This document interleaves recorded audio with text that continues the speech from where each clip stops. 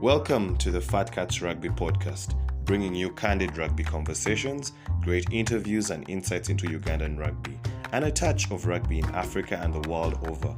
Fat Cats Rugby podcast is a product of Fat Cats Media brand for all your audio-visual content needs and equipment hire. Hope you enjoy this episode.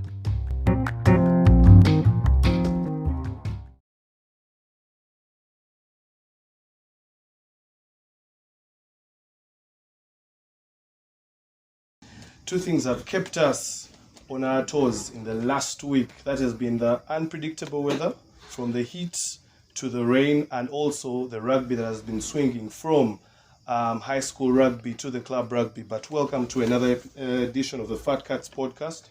My name is Ruben Kihumuro, and another day, another opportunity for candid rugby conversations. Here with yet another guest that has been a hot topic when it comes to schools rugby, and also influential with one of the biggest teams in the country. And we're going to just get to dive deep and understand a lot more about him. But he is, I don't know if he's still very, very active, but he is an Impis player. He is coach of SMAC. SMAC is St. Mary's College Kisubi, and also a former player of the SMAC Eagles, as well as a champion in two different generations, as termed by someone. Ladies and gentlemen, Alvin Nkamba, welcome to the podcast. Thank you very much, Ruben. I don't know if you've had chance to watch a couple of podcasts before or listen to some of them. Do you have any particular favorites from the past? One of my favorite podcasts from the past is, I don't know if it's the most recent one with Aaron Ofoyoroth. Yeah, I really loved the whole story that was captured and his whole journey in rugby. It was a very wonderful piece to listen to and watch. Okay, that's interesting.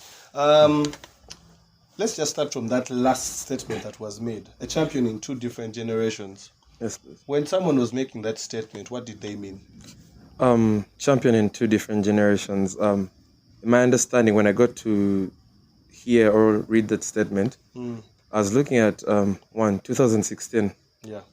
This was a year that started off on a very low for us that went in school. I was in Form 6 by then at St. Mary's College Kisubi. Okay. It wasn't the best of starts, so I will not get down to detail, but my classmates know what happened. And here we are.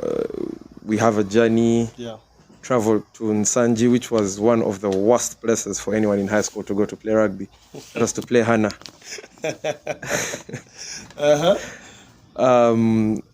I had never been on a pitch whereby we are conceding, I think we conceded about 40 points. I had never seen that happen when I'm on the field playing, but well, we tried our best.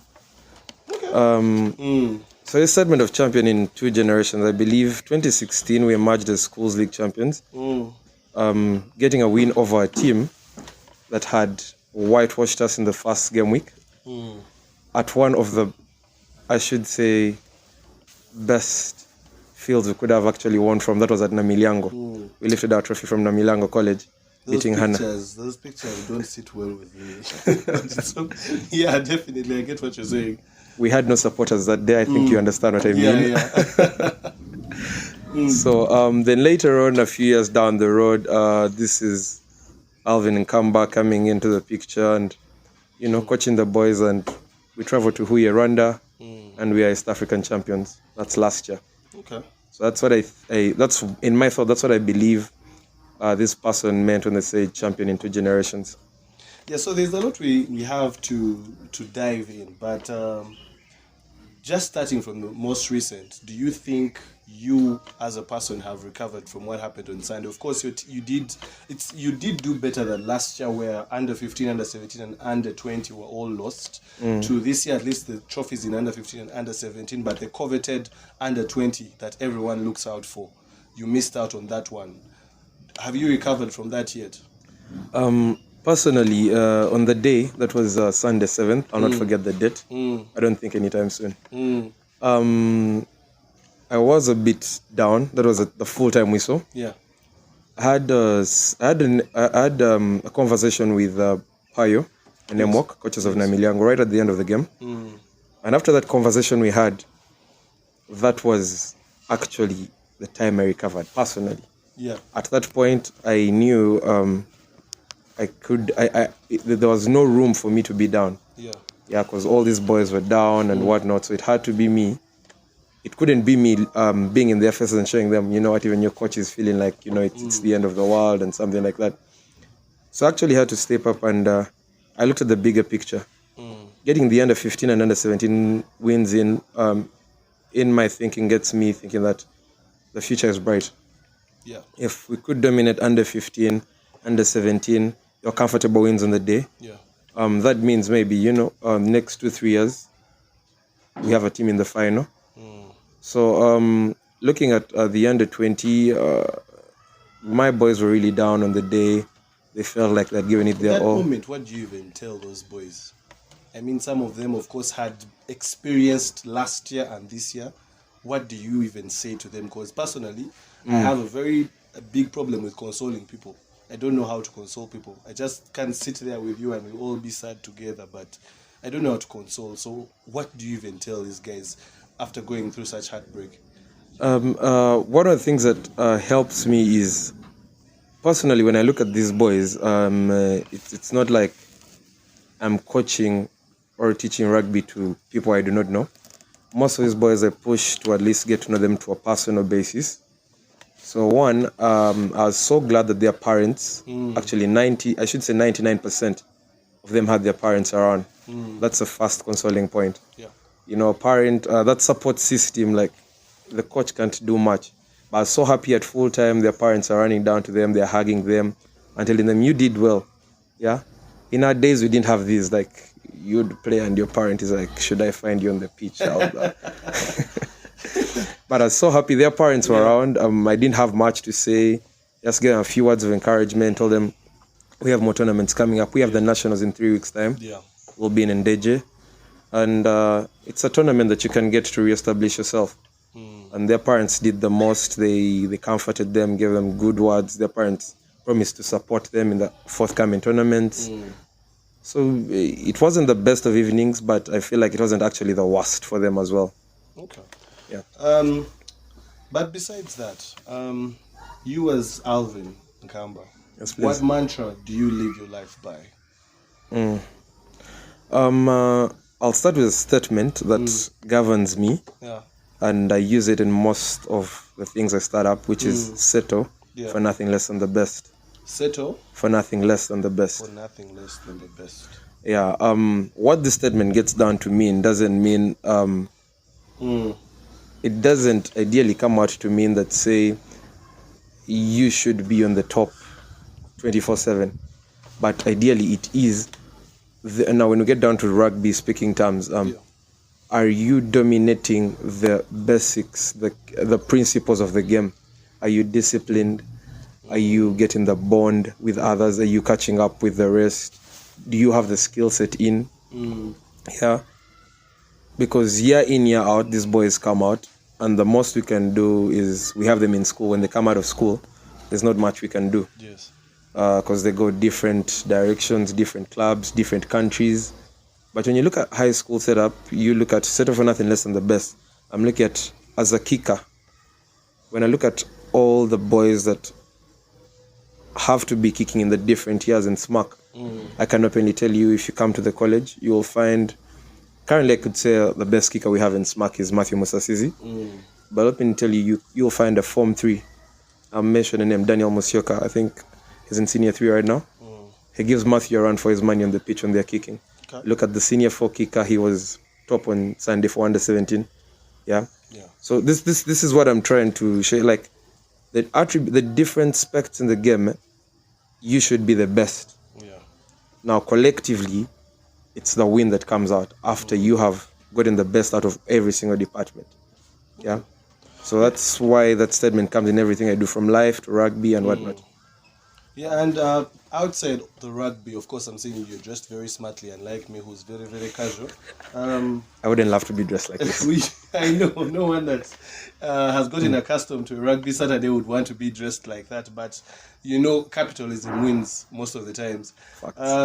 Besides the rugby, what do you do? What should people know that this is not only what Coach Nkamba does as a coach, but this is what else he does? All right. Nkamba Alvin Aaron is a civil engineer. Civil engineer. Graduated. Got my bachelor's in civil engineering in 2022.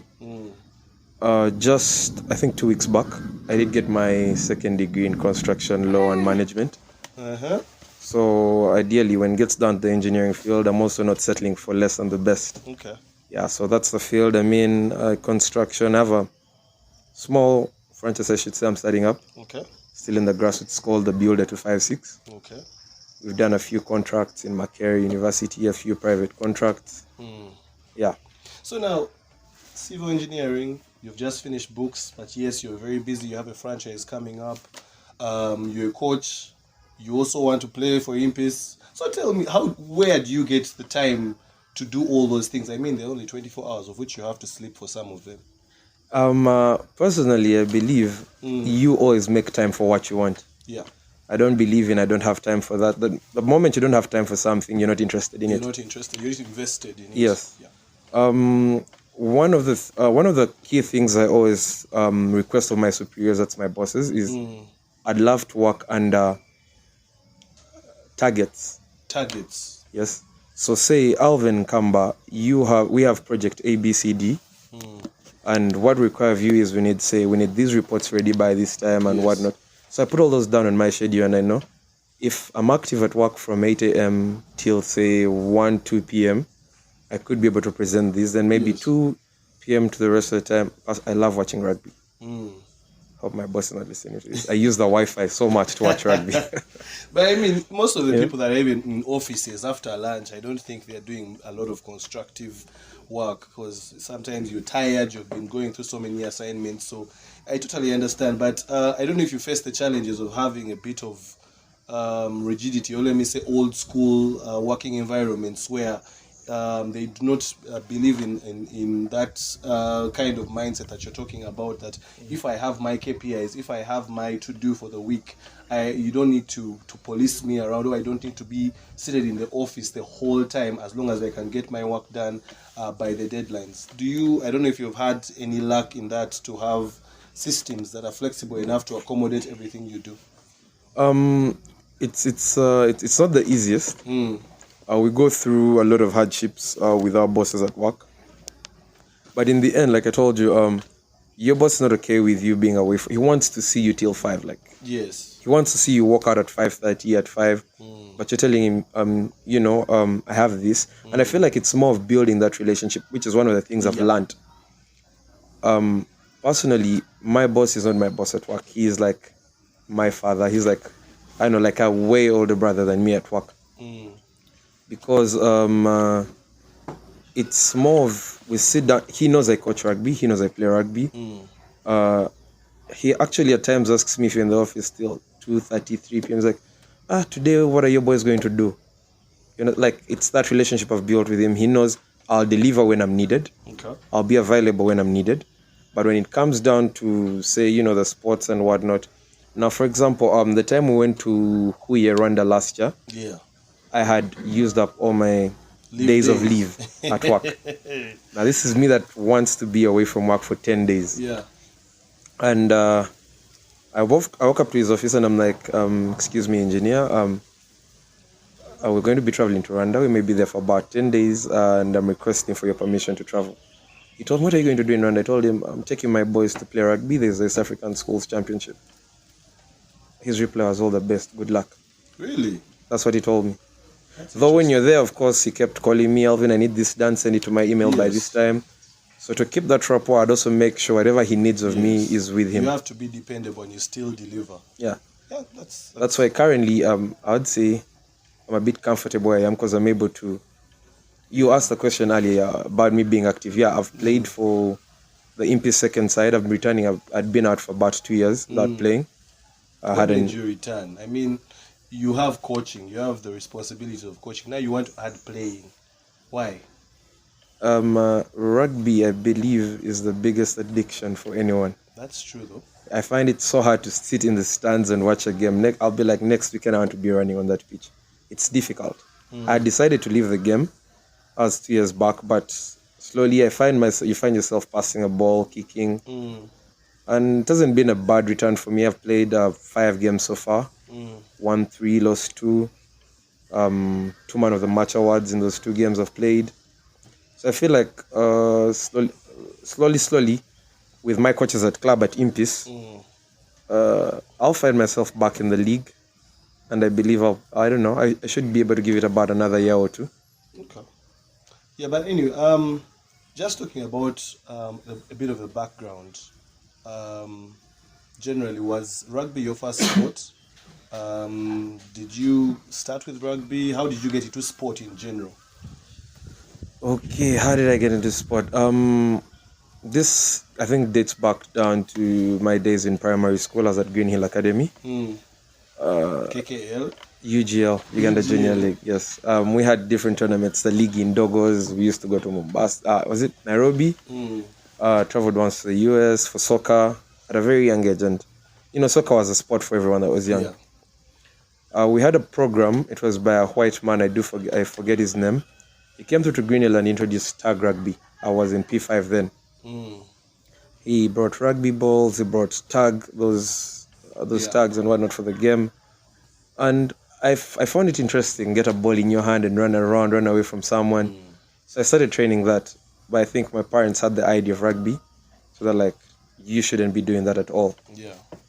I personally believe when I got that statement, you're in primary, so you have to do what your parents are telling you. I walked away from the sport. But by the time I walked away from it, at least I had the idea of passing the ball. I knew you have to pass the ball behind. I know you have to run. So I kept to my soccer until I joined... I'm going to mention a statement very many will wonder apart from those that know. Until I joined King's College Budo in 2011. Interesting. Yeah. That's personally, I did know that as well. Yeah. So I joined King's College Budo in 2011. I joined Australia House. And the very first time I got to, take a shower in the evening after we've joined school, I see a chap doing push-ups with a few other guys. And he has a ripped body, and I do not know him.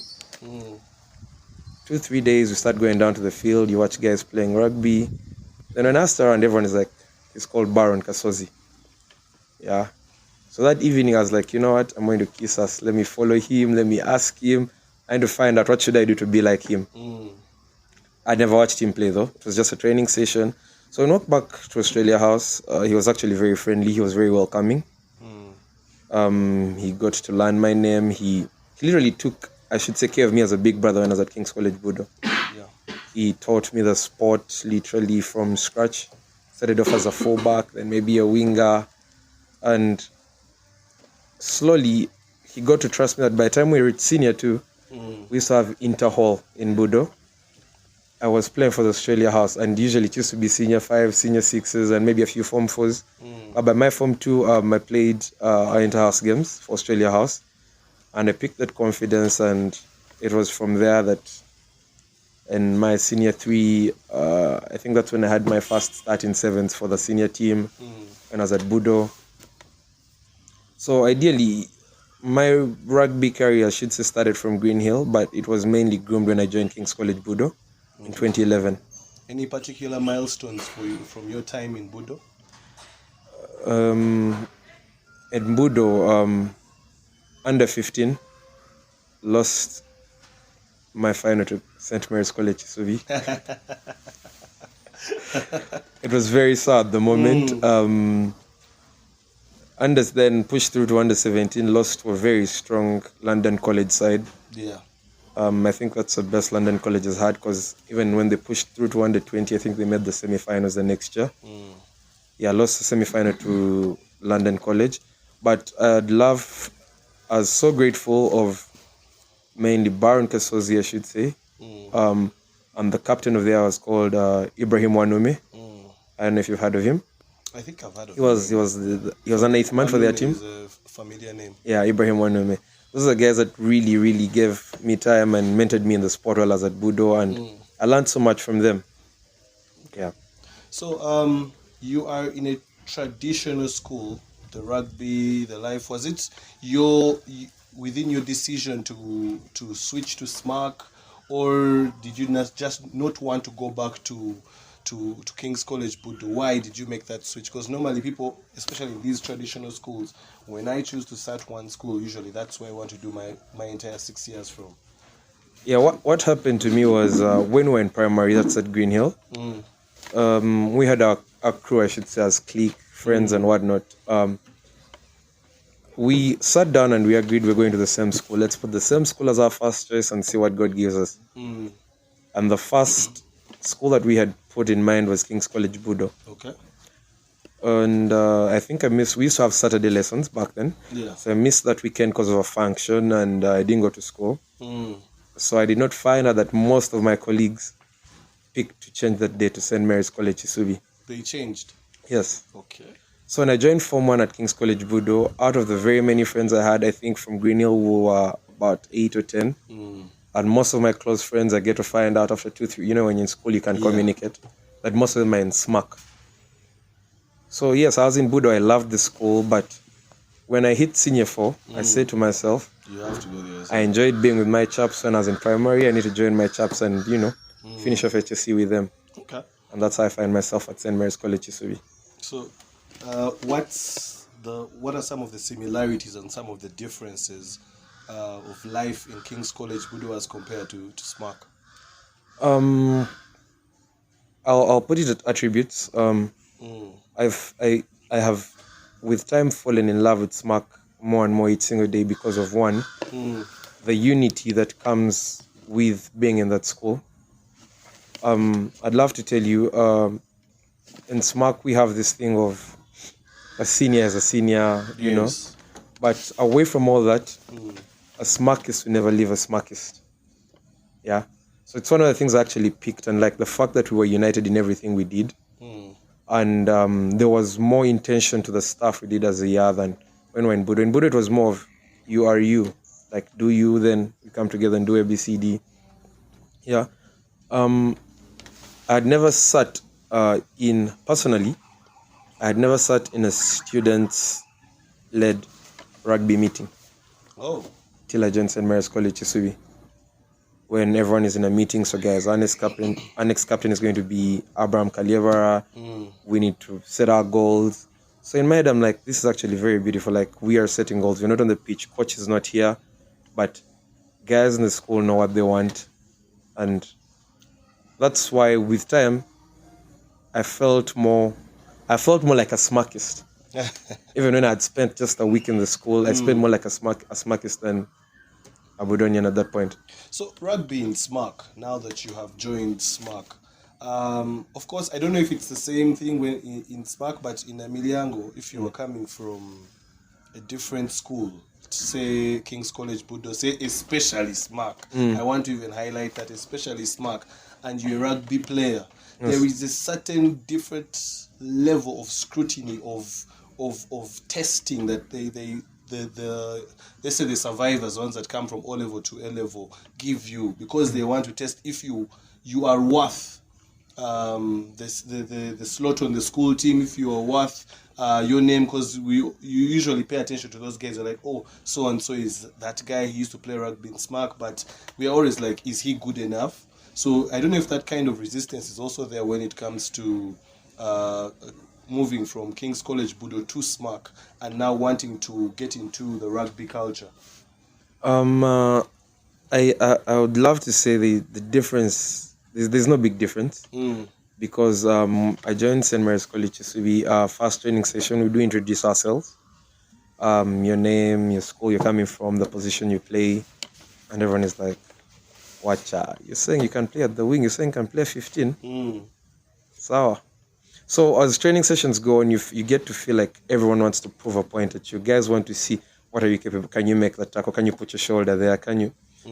Yeah. Then in the end, it's more like you have to work your way to get into the team. You have to work your way to put on a SMAC jersey.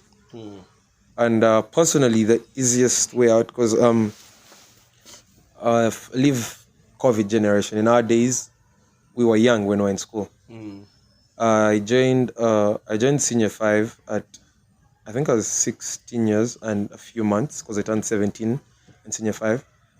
So I was like, you know what? I feel like there are kids playing under 16 Because back then it was under 16. I have no problem playing with kids. Let me go on and play with kids. And maybe these guys will see I can do something sensible. That weekend we played against London College. And I played on the under 16 team. They also didn't know me, so they didn't let me start. So I came off the bench, played the game, scored a try. It was a very good game. We won. After that, from there till going forward, I was always training with the senior team at school. My senior 5, I didn't get to play the 15s for the senior team. But I played the nationals. I played the 7s on school's team. And played the East African games as well. And my Form 6 were literally the ones running the show. Okay. Yeah. Yeah, so of course, for all those that are watching us, we are at the Gardens, Nigeria, enjoying our Nile special. But for all those that are looking for a space where they can have their private parties, where they can have a good time, and for all those that are also looking for an interesting quiz to have every Tuesday, look out for the Gardens, Nigeria. But even if it's any other day that you want to come around and just have a drink, have something to eat, and share a moment with friends, family, and loved ones, choose the Gardens, Nigeria. A very, very wonderful place. But yeah, so what was that first time like for you on the senior SMARC team? I had a lot of pressure. Definitely. That was the blue and gold kit. Personally, it had struck my attention even when I was in Budo. I first saw it at London College. That kit. I have some uncomfortable memories in that kit. Just to maybe cut you short, there was a circuit in Budo some time back, and that time I think the Dexters are a class above me, so we were not yet on the senior team, but there were 7s and we were on the second team, Tigons. So we go, and our first game of the day was against Eagles. There is something about SMARC. I don't know if there is too much deep heat at school. It's like everyone was using deep heat, because when you stand beside each other before you get going, everyone was smelling like deep heat, and for some reason everyone was a certain height, shorter than all of us. And we got to play, but the intensity that the SMARCists came with, and I can never forget a gentleman called Ruvangu. I was sweeping, and they kicked the ball. I gathered the ball, tried to kick back so that I can chase it, and the oncoming player came with his foot raised like this, and his studs met my knee. And that was the end of my circuit on that particular day. So for that particular reason, I can never forget him. But of course, it was in that jersey that you were talking about. But yeah, carry on. Yeah, so this blue and gold jersey, personally, it was, I don't know, it was beautiful and scary at the same time. First time I think it is a good jersey. I don't know why they changed to this other one now. There is a lot to it that you'll find out why. Okay. So it was the London College circuit. Yes. SMARC comes in this blue and gold jersey, and I remember I was in Budo by then. Yeah. This jersey, they put the jerseys on hangers, and kids were holding them, and the players moved their head, and kids are holding the hangers. And SMARC won that circuit, and they were playing beautiful rugby, and they looked so, like the blue and gold just looked. There's a way the sun, I know, the sun hit the jerseys right, and the image was just falling right. So now this is me putting on this jersey, and it was 7th circuit. I felt like, okay. I failed to run. The first game I actually played, I failed to run. I'm like, okay, I don't want to run out. I don't want to knock on. Let me keep the ball. I don't want to be taken off the team. Let me do the basics. So it was a bit of pressure playing in that blue and gold jersey at first. But with time, I did grow up, and I did grow into the jersey, and I loved my shirt number 20. I always put on shirt number 20 whenever I was using a blue and gold kit. Okay. Fondest moments of that particular year when you guys won? I think that's 2016, yeah. If I'm not mistaken. What are your fondest memories from that year? My fondest memory for that... Of course, we know the given is the trophy. But, of course, the journey, the build-up to the final. What are some of the memories that come back to mind when we talk about that? The weekend before the final is when I can start with. Semi-final, SMARC King's College Budo. Yeah. It so happens that in our year, very many Budonians left Budo and joined SMAC. Okay. And very many SMACists left SMAC and joined Budo. So this is a semi-final whereby we were playing against each other, we knew each other. It wasn't the easiest of games at all. I remember we went into that game knowing we had Dong, Mala, Timothy on our team. Yes. So in our heads, we knew, you know what, we have our style of play, but when he was a beast in high school, though. Okay, he still is, but back in high school, he was literally unstoppable. So in our heads, we knew we were going to do everything right, but the moment we find any resistance, we're going to look for Dong. It's always nice to have that cheat code. Yeah, he was our cheat code. So we knew we were going to look for Dong. So first half comes and, Budo has answers for all the questions we are asking. So we now decide to find our cheat code in a Dong. And the worst thing is being in a semi-final and your cheat code is not going through. Yeah, it took so much courage, it took so much maturity for us to actually take on that Budo team with a Budo crowd. The second time I've actually just dash away from that a bit. The second time I faced that crowd was our first game of the season this year when we were at King's College Budo. Yes. Personally, I was in the coaching docket, and I felt like there is no way we're coming out of here alive. A kid is shouting in your ear. He's like, "You're going nowhere, coach. Look at me. I'm not talking." Like that Budo crowd. Those things are crazy. And there's literally nothing. Like he's standing right behind you. All you can do is keep your focus. So in that game, the pitch is surrounded by Budonians, and they are making noise. So whenever they're in the front foot, they have the crowd up. So you have to work times to try and stop them. Now, we actually, like I said, took a lot of maturity and whatnot. We did score a try, I think, of a line out. More Coach Sekate, by then, he was coaching us. Yeah. Worked so much on our line out. I think he knew it's one of the weapons we're going to use against Budo. We scored a try of a line out. Then the game continued was balanced, and with, I think, about 2 minutes to play for, I'd love to tell you we're behind to King's College Budo. I can imagine how the atmosphere was at that point. And our fly-off then, I think, just said, let's take the risk. He puts the ball, because we're deep in our half. There's a minute to play for. He puts the ball up in the air. And the SMAC fullback does knock on, which is a scrum down. Then an arriving Budonian player is pissed at his fullback for knocking and kicks that ball. And that is now full penalty. Full penalty. Our prayers now go down to, we need those 3 points to enter. And we had our fullback then, that was Benson Ngono. Yes. I don't think I've met a kicker better than him. As we're all, because this was not a conversation we have after the pitch, I'm like, bro, we want pressure. We're scared. He's like, pressure for what? That kick was in their half. Because he sliced it straight through the poles, and I'm like, before he did that, all of us are like, what if he misses? So after the kick, he's like, guys, why were you kneeling down? Like, as in, what's up? It's just a simple kick. Unnecessary pressure. Yes. But we had to be on pressure. It was a long day. So personally, that was one of the biggest highlights I had in that season of the 2016 game. I feel like the final was actually much easier than Budo. Because one, in the final, we play against guys that actually knew more rugby than us. They were more experienced than us. But I'd love to say we knew what to do, which was don't miss a tackle. Anyone that watched that game will tell you, anyone that was in Namilyango will tell you, the possession of that game, I should say, was close to 99%. Hana, SMAC, maybe 1%. But we did the right things right. We made our tackles. We cleared our half as much as possible. And the day went our way in the final. But the main highlight for me in that 2016 Schools League season was our semi-final against King's College Budo. When you look at rugby and the culture around it then in your time and now, the boys that you are mentoring, that you're coaching, is it still the same, or are there particular differences?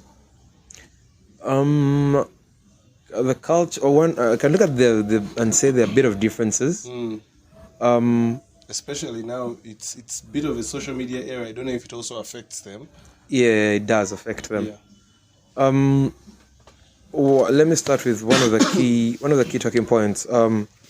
back in the day when we were in school, it was literally you're going to play Namilyango, you're going to play Budo, play Hana, and no one knows about it. You don't know what everyone else there is thinking. You don't know what anyone is talking about the game. So you go do you like it's literally a part of you in school. But currently, it so happens that one, I'd love to believe currently there's more talent in the schools than before. I'd love to believe there is more passion actually in the schools rugby than before. Yeah. Why I say that is you find boys having their parents cheering them on from the stands. Things that never used to, they used to be there, but it used to be minimum. It used to be for a few chosen guys. My parents didn't want to know about that rugby jazz, man. But now you're playing that game. But I'd love to tell you now, when you look at Sunday. Yeah, Sunday was a beautiful experience. Just like I told you earlier, the number of parents, I was so happy to see parents putting on Smack Jazz. I was even wondering where they got them from. Yeah. But one of the things I've been doing this season at Smack is we've been giving out Man of the Match awards to the best players. And we've been giving them replicas. I think most of them are giving them to their parents. Because I saw very many parents putting on jerseys, and in my head I was like, wow, this looks beautiful. And they're running. You saw how dirty those boys were. And this is a mom saying, I don't worry, I don't care how dirty you are, come and give me a hug, you've played well. So I feel like it's more of, there is more personality from family and, like these boys feel like it's not just them. It's not just me. Like back in school would get injured personally. I remember there's a time I injured my shoulder and the nurse tells me get a cheat and go home, and I'm like, go home to who? Take my... That's actually true, man. They'll give you a cheat and they're like, man, first go and deal with your thing. Hey. These days schools actually take care of the... Now schools do that. That's surprising. Schools do that, but now at the greater extent, a parent is actually going to call you and tell you, Alvin, my son has an issue with his ankle. What do you propose? Should he come home and get tested? Should he go for an x-ray? What should I buy him? Should I buy him an ankle boot? Really? These are parents. That's the difference we have today and what used to happen back then. So that's why I feel like we have a much greater chance of getting more from these boys right now than what we used to have back then. Okay. Yeah, just looking at your time, of course, there are so many of the young boys right now that have been looking up to some of the guys that were before them. Many of them are Uganda 7 stars and whatnot. In your time, who are the guys that you looked up to, especially when you are now a proper ego? Who are those guys that you wanted to maybe emulate your game around? These were stories. When I joined St. Mary's College Kisubi, it starts off with stories. Okay, I used to watch these guys play. There always those while in King's College Budo. Those stories, the fairy tales, the folklores of the guys who were there before. And I can just maybe mention 2 names. That's Ogwok. Ogwok. Yes, and a guy called Pivin. I hear so many stories. I watched Ogwok play. I think I didn't watch much of Pivin, but on any single day whenever I put on that Smack jersey, I was like, God, please help me play like this guy. Help me be able to give what this guy would be able to give. He was a top guy, and I believe he mentored very many guys. Because even when we left school a few years, as years go by, the role models keep changing. Yeah. Like right now, when you go to St. Mary's College Kisubi, everyone's going to tell you, bro, Adrian Casito, Timothy Chisiga, William Kore, Timothy Odong. Those are the names these kids know. Like when they see them, they're like, I want to be like Timothy Chisiga. Yeah, but as we just maybe start to deviate away from that Smack Rugby as a player conversation, I want to just look at it from this point of view. Of course, you played for the team, you won. Yes. Smack has 3 trophies: 2009, 2016, 2019. Yes, please. But it has a heritage of a lot of rugby from, according to our stats, 1991. Yeah. How does it feel to be among 3 years of an exclusive club of guys that brought that trophy back? I know there's nationals and all that these days, but that there's something about that Central Schools Trophy, which used to be called the Coca-Cola Championship. It has evolved in the way it's called, but it is that Central Schools Championship. How does it feel to be among that class of few guys? Because I cannot even talk about it because I wasn't. Personally, it's a bragging right. I'd love to tell you. Definitely is. Till date, whenever we meet with our fellow finalists at Hana, the likes of Kato, Nicholas, he's at Heathens, the likes of Buju, he's at Pirates. Like, we always share a joke and we're like, yo, Twavakuva, we took the league. And I feel like it's not something everyone can do. And I feel like winning the Central Schools League, it's something special. And we've been out of school for how many years? 2016 and 2024. That's about, 8 years, I think. Yeah. But till date, I remember all highlights from the game. I remember the try we scored. I remember the tries we almost conceded, like till date. And I can sit down in a conversation and I know ABCD happened in that game. So I feel like it's something special. It's something you can never forget. Yeah, it's just so unfortunate that during those times the games were not being recorded or anything, because there are so many of those moments that you'd like to relive. I mean, from the ones we watched last week when in the build-up to the final, I was talking about that year of 2006, the Felix Lubegas versus on our end, led by Andrew Barasa. Now, that's the time we were just coming into, we were in our Form 1. And man, they looked like gods. Like, even if he's passing this, you cannot walk on the same lane you have to give him the space. He's going to the dining hall. How do you even be close to him when he's trying to get food? So those guys were legends. But it would be nice to have a moment to watch some of those games again to maybe relive. And also for coaches and maybe for even media and record purposes, it would be nice to have those games. But unfortunately, we don't. But luckily enough, right now, of course, appreciating all the media partners that are in the game that really support and make sure that now, even when you're training for next year, you have games you can always review as you're planning for the next tournament, the next year and everything. True. Yeah, but one of the things that I've noticed that is becoming a trend is many of these young players that are now all of a sudden, there was a certain process, steps from being a rookie and one under 15, going up the ranks to being a senior player on your team, to now going to club rugby as a player. Then eventually in the evening of your career, you become a coach, or you go into management. But I've noticed a trend, especially now with you and Adam Kabalega.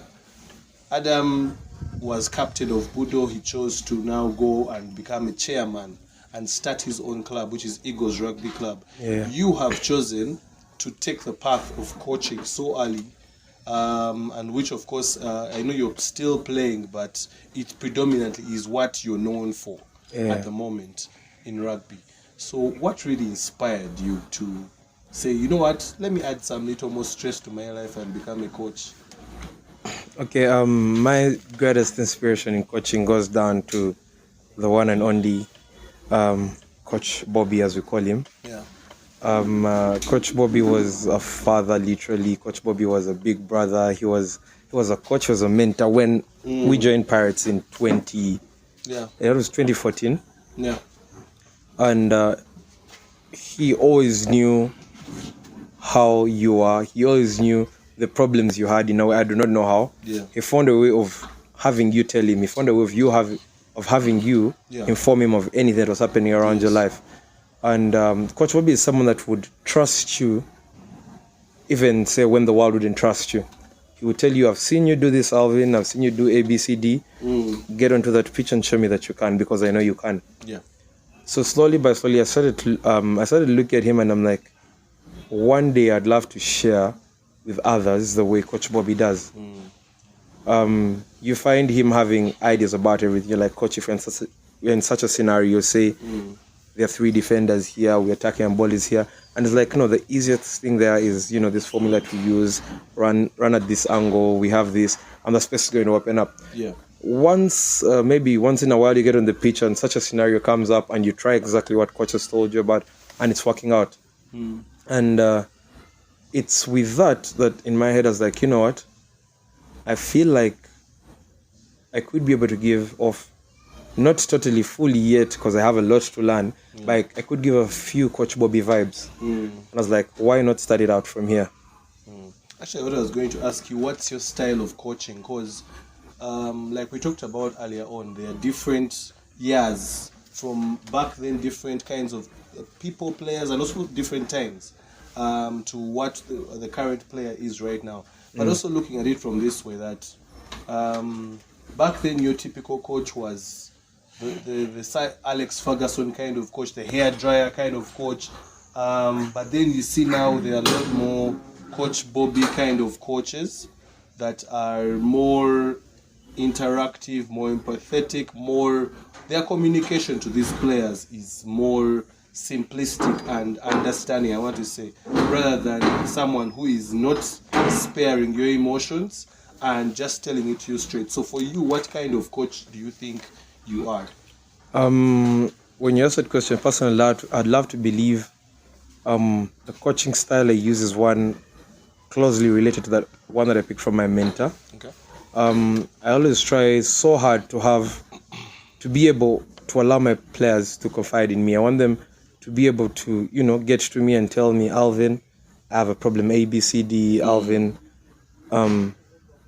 maybe I do not have supper, Alvin, coach, help me buy me some data. Like, I'll coach, we're going to the game, I feel like I'm a bit on pressure, I feel like I'm not ready for the game. I don't want them to be there and they're like, man, coach, truth is, this is after the game, I'm like, coach, I was on pressure before I went on the pitch and I couldn't tell you. Yes. I don't want that.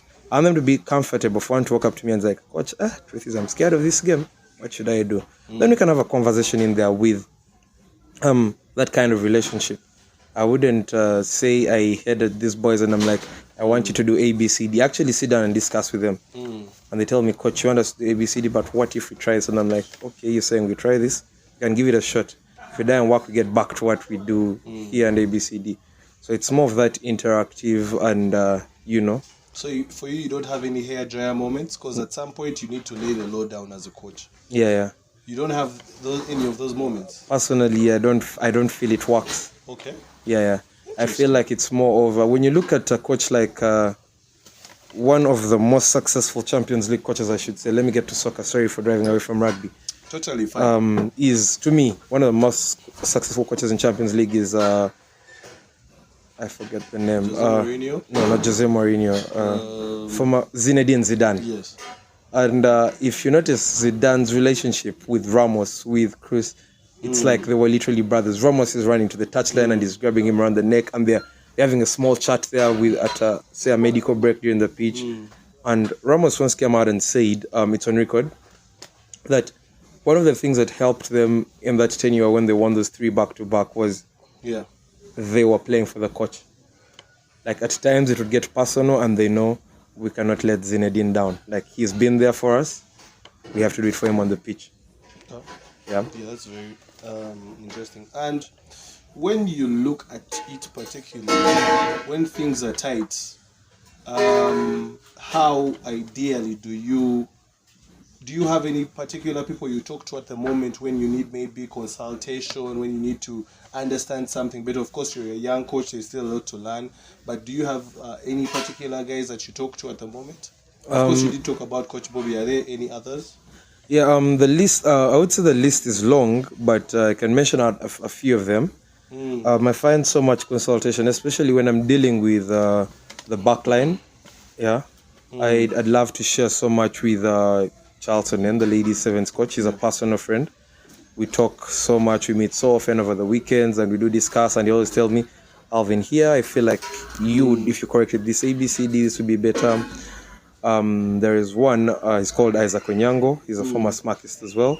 I do share with him all the time, even because he also knows his boys a bit, because at times he has a few sessions with me. So at times I'm making the team sheet and I'll share with him, I'm like, do you think we should go with this? And he's like, actually this guy would be better coming off the bench from the bit I know about him, so let's do ABCD. And I could ask maybe the other person I usually go to and talk to is Timothy Chisiga, because this is one of the, he's one of the most brilliant rugby chaps I know. Like he knows the game to the script, he knows the game so well. So once in a while I have a chat with him, once in a while I have him over at school, helping out with a few, and I learn so much from him. Yeah. So putting all that together is what helps me in whatever I do. Okay. So, just to now go a bit technical, Sunday, under Yes. 20. Yes. What do you think, from your opinion, went wrong? One of the things that went wrong on our end is going off the script. Okay.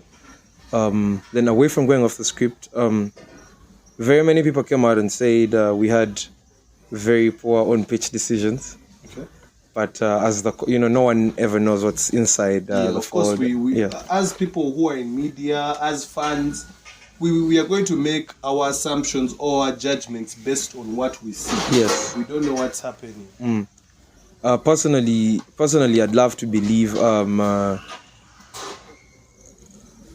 off the script is one of the things that hurt us the most. Okay. We had rightful on-pitch decisions. Now, take that from me. Very many people said, smart, poor decision making. They should have gone for 3. They should have gone for what? They could be right. Yeah. But we have a different philosophy. We have a different way of attacking things. Is that the way you guys have been playing for the entirety of the week of the season? That you reach some points and maybe you have a penalty in front of the post and you choose to scratch and play? That's when I come and say going off the script. Okay. Penalty right in front of the post. One of the things we've been doing most of the times is a scrum down. Okay. Having a scrum down right in front there helps us, have separation in the defense, have a better attacking. We usually go for the kick when we want to, not when we when we have to, because we have.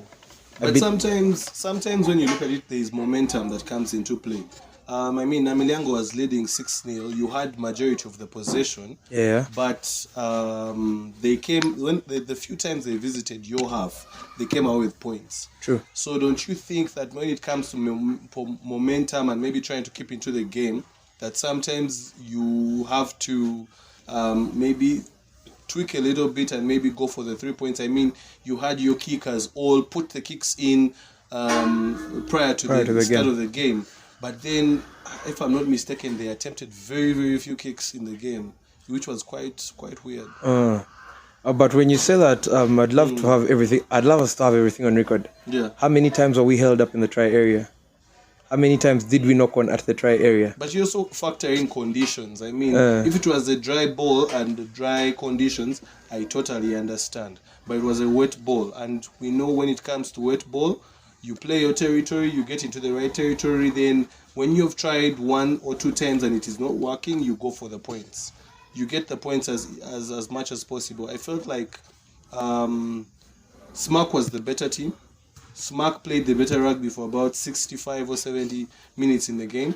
True. But the errors that happened, I felt like they adjusted the momentum and the mindset of the boys, who now became had a little bit too much pressure on them, and now allowed Namiliango to channel that energy and smell blood and now punish. Yeah, true. If we had gone for the 3 at a point in the game, it could have changed. The game had a point where it was 6-5. Yes. I know, yes, you did get the try at that the second half early. There's a point the game was 6-5, and I think we got a penalty, and we opted for the corner to go for a line out. Yes. This is now where I say we go off script. Yes. Because the idea is we knew we could dominate in the forwards. And the open pitch place showed so. So we knew if we went for the corner and had our line out, we knew what we had to do at the line out to get us going forward. But getting the line out, we do otherwise. So it now doesn't make sense leaving the 3 and going for the line out. That's what everyone out there sees. But down to what we had planned, we knew what we wanted from the line out. The game reaches a point and it is, I think it hit 11-5. Yes, was it 11-5 Yeah, or 11-5. 14-5? Because there were 2 crucial moments. The first one at 6-0, which of course, I can say Smack came back from that because they did score a try early in the second half. But then there was that second one where that penalty could have made it a 1-score game rather than a 2-score game. That's it. It was, I think, about either 11-5 or I think it was 14-5. It was 14-5. Yes. Yeah, 14-5. And 14-5. then there was if they had put in that penalty, it would have, which was straight, it would have been 8. And then you come back and now you hunt for the try you want, which would have put you ahead. Yeah, I think that's now when the so-called picture that's going around social media of the Namilengo fullback showing, the held up. At that point, we had already smelled some blood and we knew where the weakness was. Yeah. And we pounded there and got to the try area, and it was, I think, a lapse in concentration. Yeah. Whereby the ball carrier at the moment carries ball in with the arm that has the ball into contact and falls in. But ideally, if he had carried how we've been trying to carry, he would have actually crossed the whitewash, and it would have been 14-10 waiting for the conversion. Yeah, so that's a dynamic I want us to look at. Yes, going for the 3 is good. We should have done it. We should have on very many occasions. But it wouldn't have been the same story if what we did had actually come out as right. I understand the importance of being a maverick sometimes, but don't you think sometimes, that old school thing they say is take the easy points comes into play, where you're like, you know what, man, let me just take these 3 points and then we shall see what happens later. Yeah, that's what I personally think anyway, but of course I'm not the coach. Yeah, you're right. Yeah. Taking the 3 is important and essential. We've done that before and we've used it and it's helped us. But for this game in particular, we felt like that would have been the right way. It didn't go our way, so we get back to the drawing board and we now get to assess all the options we had and see how to go forward. When these boys are on the pitch, how much of a control do you have on what they decide to do? Do you let it be controlled by their leadership group on the pitch, or do you at some point maybe send the water and tell them you do this at this point? This is edge grade rugby to start with. We are mentoring the captains of the country tomorrow, the players of the country tomorrow, and we let them decide with a minimal guidance from our side. The players on the pitch, we are trying to, groom the future captains of the country, trying to groom the future players of the country. And if we do look at the international setup, it's more or less the coach's duty is to prepare the squad for the game and let guys go out and express themselves. You're not going to be, schooling them or policing them on the pitch. Kick the ball, don't kick now. So I feel like you start them young so that they know when we get the penalty and we go for the poles, if it goes in, it's actually a positive. If we do not kick and our opponents kick, they can win the game. So you start them young and they get this whole, mental maturity. And as a captain, maybe he knows next time that when we're in this position, the game, we're maybe 6 points down. If we go for 3, we're now 3 points down. Because on the bench, usually the message that we send out to the players on the pitch is maybe we territory kicking, for example, we are kicking straight into them. Let's look for more space. But it's never that, no, you didn't go for poles on that penalty, so the next, no, we never do that. Okay. That particular game at full time, after the game ended, when you got a chance to talk to the boys, what was the first thing you said to them? I told them, thank you very much for the rugby. You've played for 80 minutes. I was so excited. The score wasn't on our side. Yeah. But I was so excited that the boys had actually played beautiful rugby given the conditions they were in. Was so disadvantaged that we had so many 50-50 knocks on the team. Yeah. Boys that actually played with a few knocks, pains and whatnot. And I was so proud seeing them push through the 80 minutes of such a heated final without having to complain that coach, I feel like I can't go anymore. I feel like, because I kept asking them, for the ones that I knew I had knocks, I kept asking them, do you feel you've given enough? Should we let someone else give it another run? And they're like, no, coach, let me push through.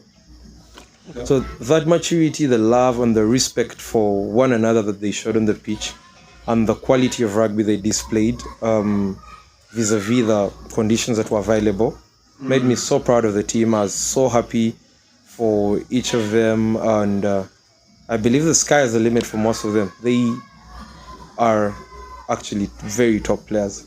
Is your training only about what's on the pitch, or do you get a chance to also train them as men, impact or mentor them as men in their life decisions, in their character and the way they carry themselves?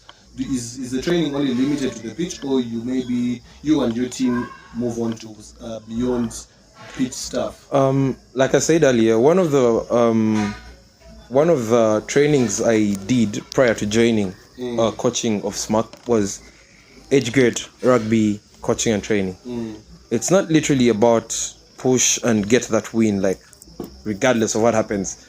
All I'm training used to give me the win on the pitch. No, that would actually be getting the win on the pitch and pushing for a losing end on the other. Yeah. Because these are young boys, these are 17-year-olds, 18. They literally have little they know about life. Yes. So it's more of, in everything you do, we use rugby to give them the picture about life. Yeah.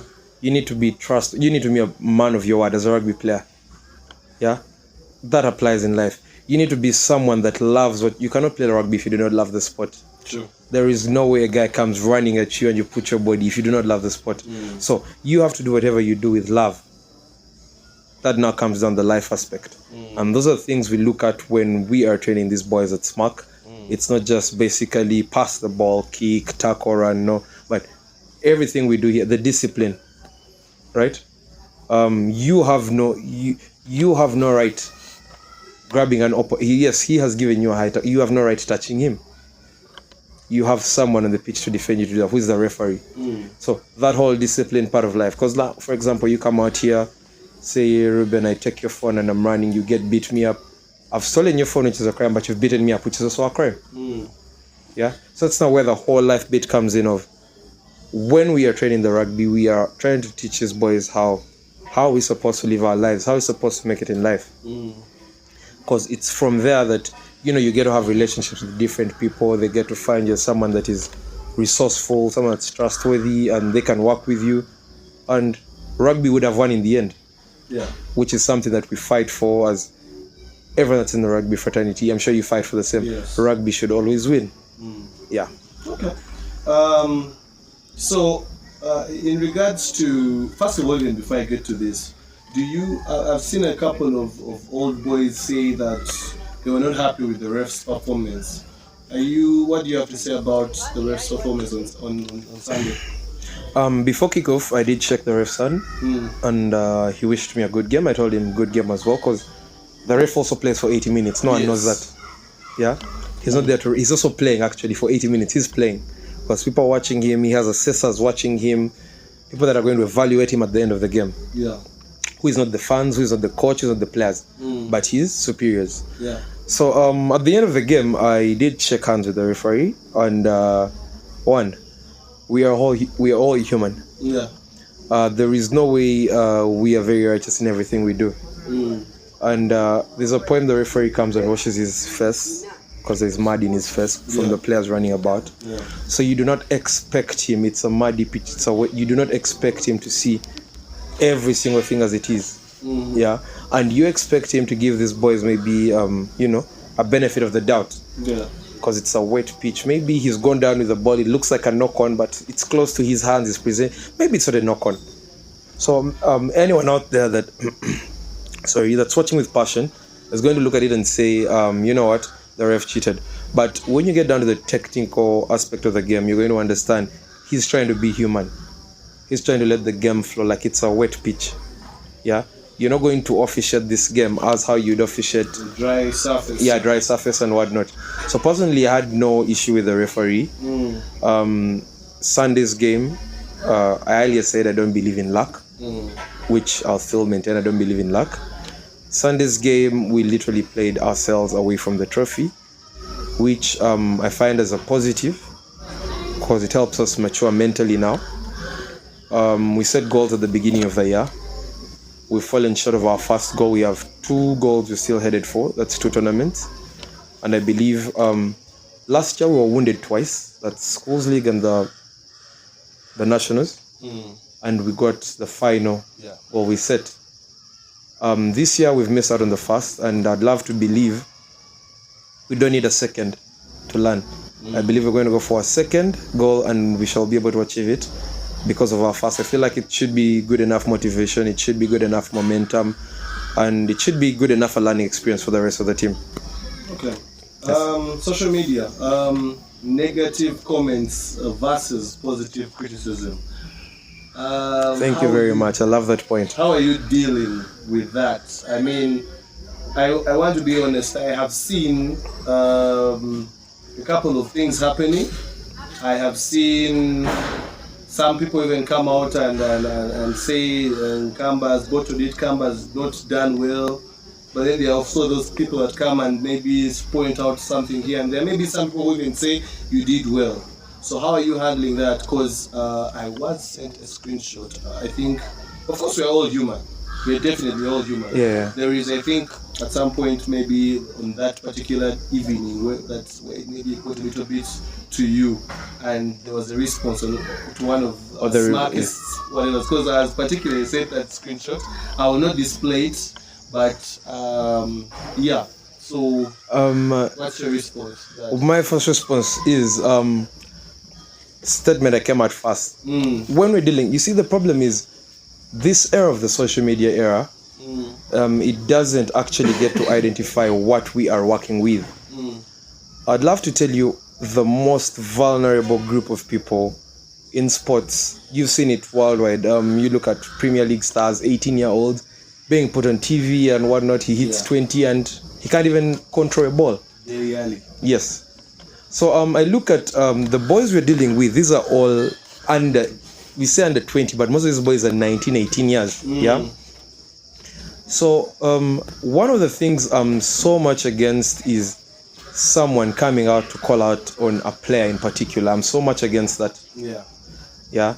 I feel like everyone else on social media, we should be mature enough. Like I don't want to say this out of say bad faith or what, but it's more of, let's be mature enough and know that we're dealing with kids. Yeah.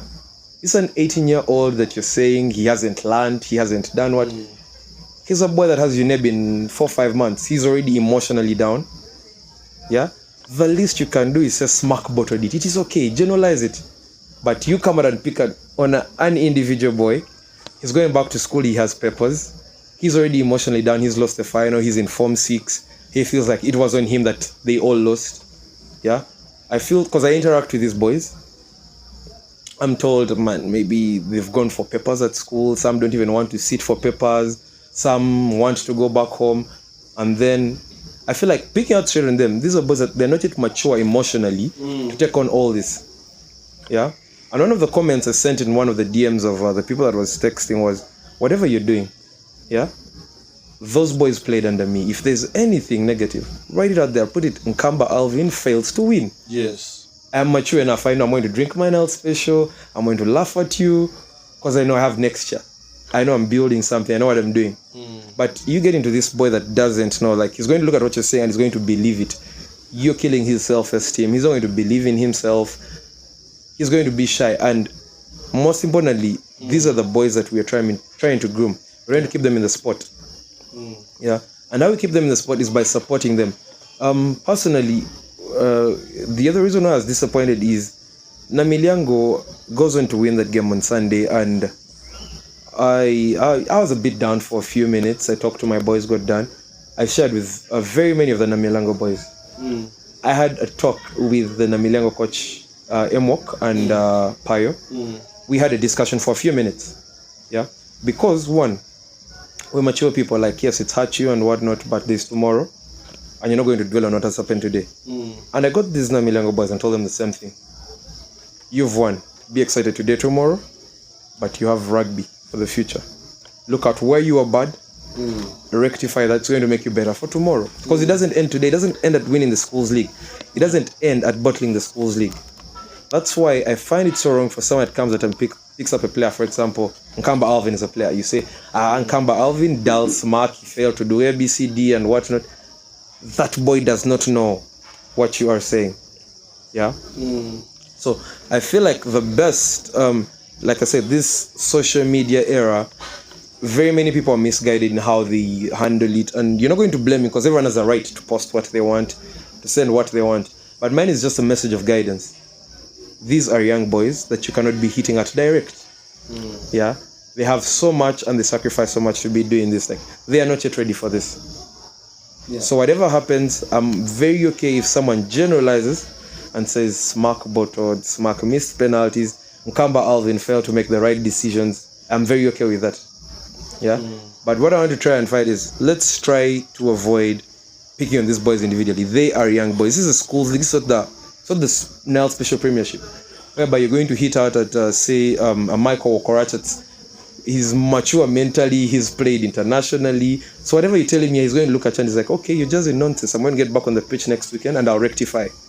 But this is a boy whose exposure is close to minimal and he's literally eating off what you're telling him. If you're telling him you're good, he's going to actually be confident going forward.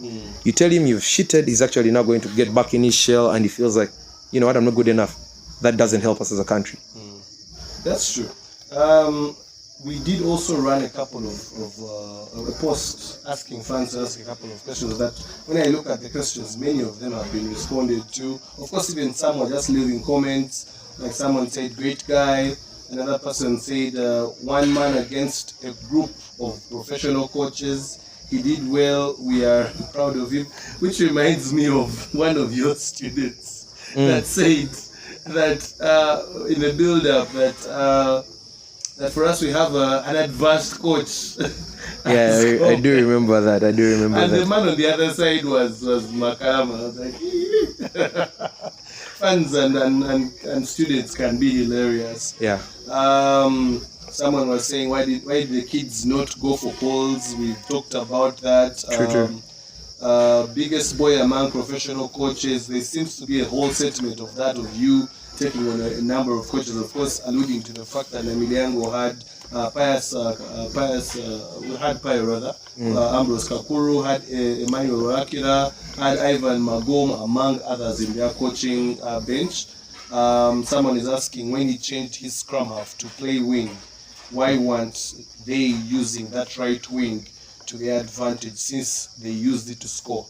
Actually, there was a lot of space there, but I don't know why, for some reason, it was not noticed. That's why I get back to my statement of we did not play to the script. Yeah. The players felt safer playing around where the ball was and not sending that. Yet, actually, we had space on the outside. And one of the reasons, you get your could be best player and send him out to the wing is so that you could actually utilize him in more space. But we didn't utilize that. And just like I said earlier, these are all learning points. The boys have learned, and we have, we had a recap of that game that very night. Yeah. We watched. Went back with the boys to Smock. Yes. Wow. And we watched that game. How's that feeling? Like, because I actually sometimes I also want to be a bit random and I tweet my things also. Yeah. So I did tweet something saying that, man, that awkward moment when you're in the bus and they under 15 and under 17 you've won your trophy, but the other 20 guys are not won their trophy. You can't make noise. So man, you can't celebrate. You're happy you've won, but man, your seniors have not won. It's so awkward. And one of the things we've tried to groom at St. Mary's College Kisubi currently is unity. I'd openly tell you, the under 15 and under 17 teams did not actually celebrate their wins. I don't know, you were there. I was with some of them in the stands. They did not celebrate their wins. They were not amused. Reason being, I told them, one, when we go out there to play, yes, on record it keeps coming. Under 15 was won by this year. But I told them, we've gone out there as SMAC. Yes. So the fact that we've lost as SMAC, we have to sit back on the drawing board and we need to do something.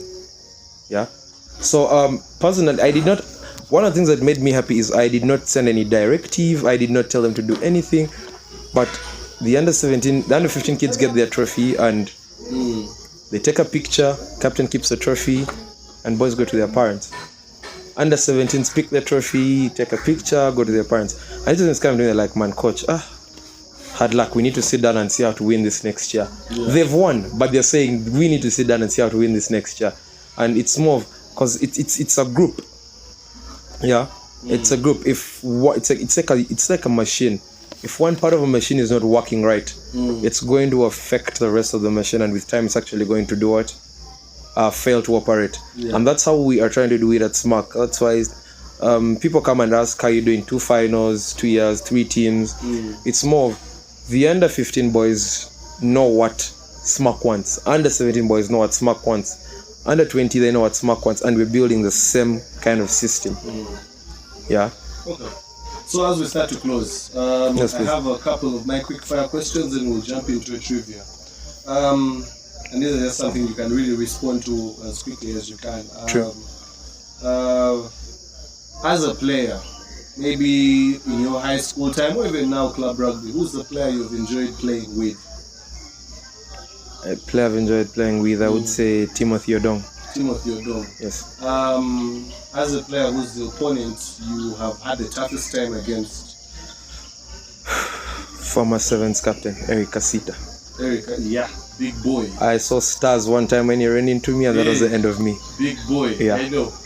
Till date, I'll never forget that clash. Yeah. As a coach, toughest team you faced? As a coach, toughest team I've faced has been Butula Boys from Kenya. I'll give you that one. I know you. I thought you were going No, to say the Sunday game was an easy one. It wasn't a difficult game. Hey. It was a very easy game for us to win. Okay. Yeah. All right. Rugby in Uganda. How can players get more support? Support from what exactly? Support for them to, let's say basically player welfare. I feel like for us to get more support for the players, it gets down to the ruling body, which is literally the union. Because as an individual, you cannot go out and look for player welfare. So I feel like the union has done well. We've gotten more funds into the sport. They're funding everything we're doing currently for the clubs. They get money, the national teams, and the schools. But I feel like the union should look away from just the sponsorships to get tournaments running, because that's what I believe, that's what's there right now. All the money that's availed is for tournaments to run. We do not look at player A, B, C, D. Are they able to parent? Are they able to eat food off playing the game? Yeah. And I feel like we haven't dug deep enough to be able to get that. Okay. Yes. High school rugby and the talent transitioning to club rugby, how can we increase the number of players we have in club rugby from high school? Because that is there, that gap there is where we lose so many of our talent. I'm not going to explain, I'll just give points. Yeah, and there'll be points of discussion for very many people. One, medical insurance. Yeah. Point number 2, motivation. Point number 3, awards and motivation. Yeah.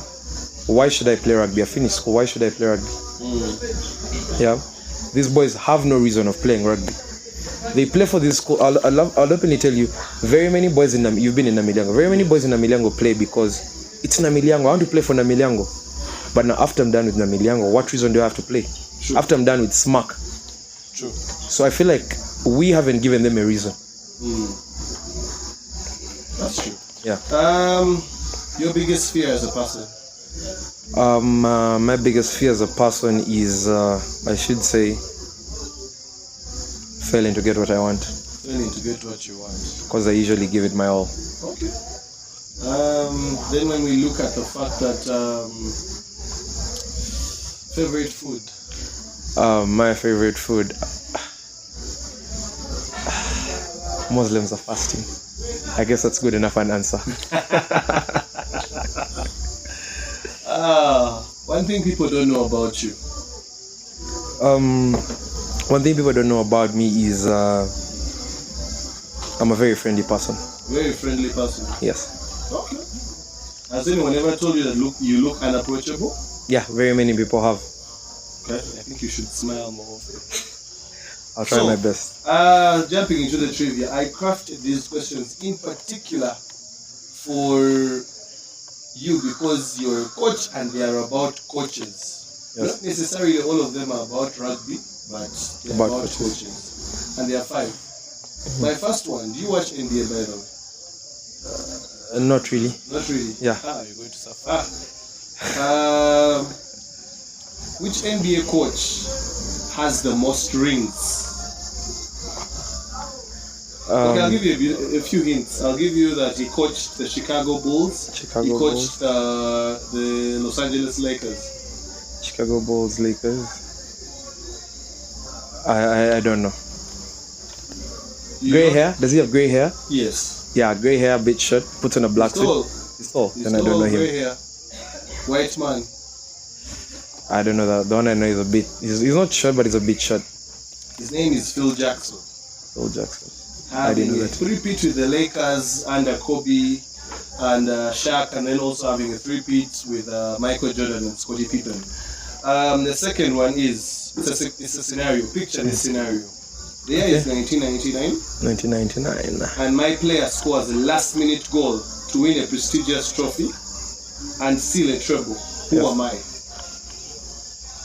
The year is 1999. 1999. My player scores a last-minute goal to win a prestigious trophy against the rival in the final.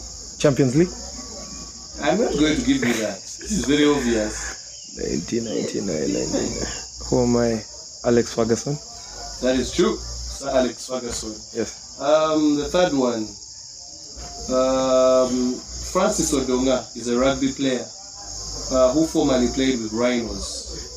Which school did he play for besides Namiliango? London College. That is true. Which NFL? Did you watch NFL? Yeah, I watch NFL. Okay. But Test your knowledge here. okay. Which NFL coach has the most Super Bowl rings? Is it Christian?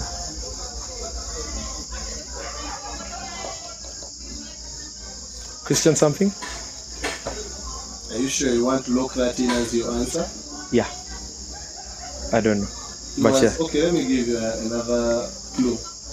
He was a coach to Tom Brady. Tom Brady, that's a Christian then. I am not sure of the name. His name is Bill Belichick. Bill Belichick. New England Patriots. And then number 5, who was the All Blacks coach in the year 2012?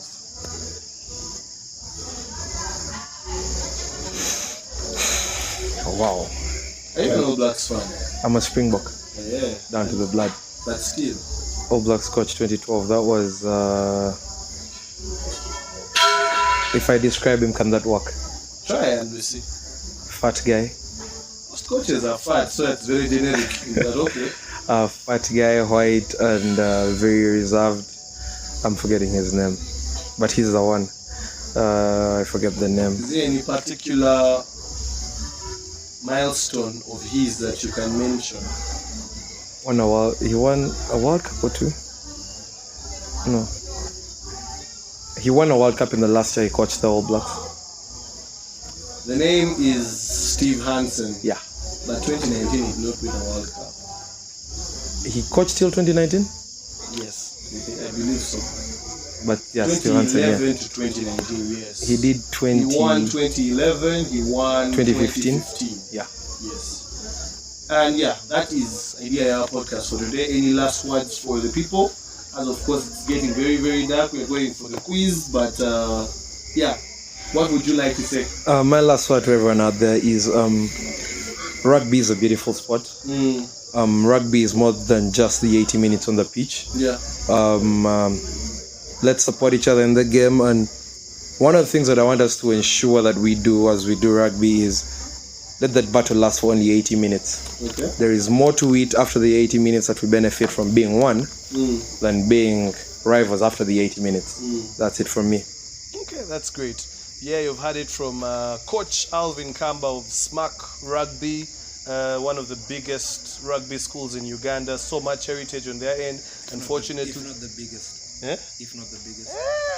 Okay, it cannot be the biggest because there's a number 12 somewhere. Okay, so Yeah. we'll do a number 2 somewhere.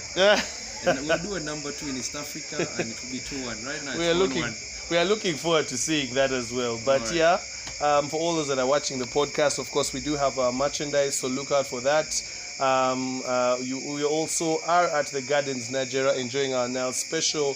Every Tuesday they have quiz. Every last Saturday of the month they have their meat carnival. So that are the 2 highlights that you can look out for. But you can also join them any day of the week and just enjoy yourself with your favorite people. Otherwise, thank you for being part of another candid rugby conversation. My name is Ruben Kihumuro and we sign out.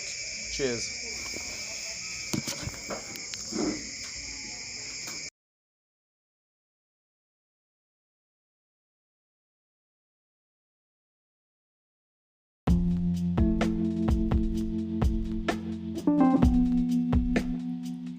Thanks for listening in. Share with us your thoughts from today's episode, and don't forget to follow us on Facebook, Instagram, Twitter, and subscribe to our YouTube channel.